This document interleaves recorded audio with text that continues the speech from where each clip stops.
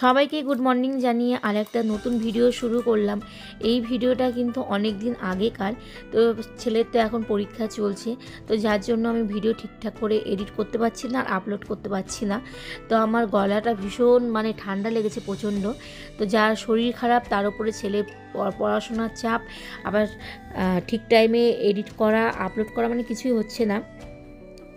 তো সকালটা অনেকক্ষণ আগে শুরু হয়েছে, চাটাগুলো সব খাওয়া হয়ে গেছে, তারপরে বিছানাগুলো সব রোদে দিয়ে ঠিকঠাক করে রাখলাম।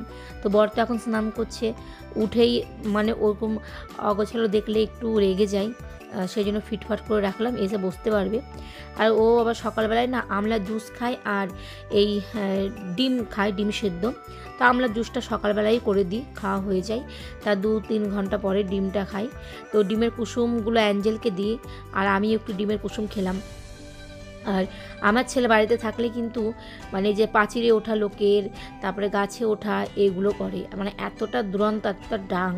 তো যাই হোক, ও কিন্তু ফুলগুলো সব পারলো, জবা ফুল গাছের, সেইগুলো পেরে ও যাচ্ছে মন্দিরে। তো আমি এটা ফলো করি, ও যেই দিনে বাড়িতে থাকুক না কেন, তো সেই দিন কিন্তু দেখি, আমি বলি না, ও নিজে নিজেই টিনে উঠবে, অ্যাঞ্জেলের টিনের উপরে উঠলে ভালো ফুলগুলো সব পারা যায়। তো সব ফুলগুলো পেরে ও মন্দিরে চলে যায়, মা সিদ্ধেশ্বরীর মন্দিরে। তো গিয়ে শুধু ফুল না, বলে ঠাকুর খাবে, ঠাকুরের খাওয়ার জন্য প্যারা হোক বা যাই হোক কিনে দিয়ে আসে, ধূপকাঠি কিনে দিয়ে আসে, দিয়ে তারপরে পুজো দেওয়া হয়ে যায়। আর ও দাদুর কাছে প্রসাদ দিয়ে দেয়, কেন মন্দিরের পাশে তো আমাদের দোকান আছে। তো সকালবেলায় এই কাকুটা এখন প্রতিটা দিন আসে, আমি বলে দিয়েছি যে মাছ নিই বা না নিই, কাকু একবার এসে দেখা করবেন, নইলে কি বলো তো, এই বরের আশা থেকে থেকে 1টা-1.5টায় বেজে যায়, তখন হয়তো চিকেন নিয়ে আসে, খেতে খেতে সন্ধ্যা হয়ে যায়। তো এই জিনিসগুলো অনেক দিন থেকে আমিও দেখছিলাম। তো সেই জন্যই আমি কি করি, যে আমি ঠিক আছে এবার নিজে সব কিছু করবো। তো কাকুটাকে বলা হয়েছিল, তো আসে, যেদিন যেদিন পছন্দ হয় মাছ সেদিন নিই, আর যেদিন পছন্দ না হয় সেদিন হয়তো আমার ছেলের বাড়িতে থাকলে চিকেন টিকেন নিয়ে আসে বা ও নিয়ে আসে, এরকম হয়। আর 2 রকমভাবে মাছটা রান্না করছি, একটা হচ্ছে অলিভ অয়েল দিয়ে আর একটা সরিষার তেল দিয়ে। তো অলিভ অয়েল দিয়ে খাবে হচ্ছে আমার বর, আর সরিষার তেল দিয়ে খাবো আমরা। আর ভাজা মশলা বলতে ওখানে জিরে আর শুকনো লঙ্কা শুকনো খোলায় ভেজে আমি বেটে নেব, তো ওটাই দেবো মাছের ঝোলে, 2টো মাছের ঝোলেই দেবো। আর ধনেপাতা দিয়ে দিলাম, 2টো মাছের ঝোলের মধ্যেই ধনেপাতা দিয়ে দিয়েছি আমি। ধনেপাতা সেন্ট আর ভাজা মশলা সেন্ট, এটাতে তরকারির স্বাদটা বাড়িয়ে দেয় দ্বিগুণ। প্রতিটা রান্নাতে কিন্তু আমি ওই ভাজা মশলা দিই, শুধু চিকেনটাতে দিই না, আর ভীষণ খেতে ভালো হয়। আর মাছের মাথা দেখলেই আমার আবার বাঁধাকপির কথা মনে পড়ে যায়। তো দেখলাম যে অর্ধেকটা বাঁধাকপি আছে, তো ভাবলাম যে সেটা দিয়েই আমি মাছের মাথাটা করে নিই।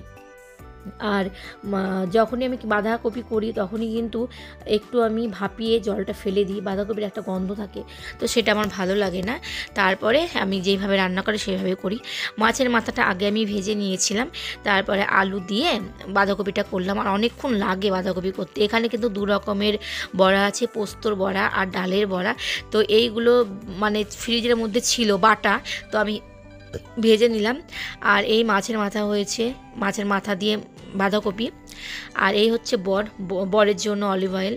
ভয়েস দিতে এতটা অসুবিধা হচ্ছে না, কথা গুলিয়ে যাচ্ছে, ঠান্ডা লেগেছে বলে। আর এটা হচ্ছে সরিষার তেল দিয়ে। তো যেদিন খুব তাড়াহুড়ো থাকে, তো সেদিন সবার জন্য অলিভ অয়েল দিয়ে করি, কিন্তু আমার ছেলে খায় না, আমারও মুখে ভালো লাগে না, আমার শ্বশুর তো ধরে ফেলে, বলে যে কী দিয়ে রান্না করেছো আজকে, ভালো হয়নি। তখন আমি বলি না, নাহলে খাবেই না। তো আমার বোন এসেছে, আর আমার ছেলে দেখো, ওর দাদুর, তারপরে মামার গেঞ্জি টুপি সোয়েটার পরে, তো ওর মনে হয় ভালো লাগে, তো সেই জন্য পরে। তো বললাম যে তোর গেঞ্জি নেই, তুই মামার গেঞ্জিগুলো পরিস আর রেখে দিস। তো যখন যাই আবার ব্যাগের মধ্যে ভরে দিয়ে দিই। আর গিয়েছিল একটু দোকানে, তো কি আমি কিছু হয়তো আনাতে গেছিলাম, তো যাই হোক মনে পড়ছে না। তো এখন যাবে হচ্ছে দিদার বাড়িতে। তো এখন তো ফুটবলে যাচ্ছে না, একা একা অতটা দূরে একটু অসুবিধা হয়ে যাচ্ছে, তো সেই জন্য ওটা এখন ক্যান্সেল আছে, জানি না পরে হবে কি হবে না। তো বাচ্চা ছেলে তো ঘরে মন বসে না, তো ওকে আবার বলি যে ওখানে বাবার বাড়ির ওখানে অনেক ছোটো ছোটো বাচ্চারা থাকে, তো র্যাকেট নিয়ে যায়, সেখানে খেলাধুলা করে। তো সেখান থেকে এসেই তো প্রচণ্ড খিদে পেয়ে গেছে, এসে বলে যে তাড়াতাড়ি করে আমাকে পনির আর রুটি করে দাও। তো ময়দাটা মাখাই ছিল, আর এই যে পনির করে দিলাম।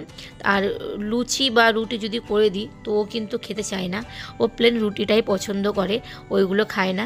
তাই এখন ওকে পড়তে বসাবো।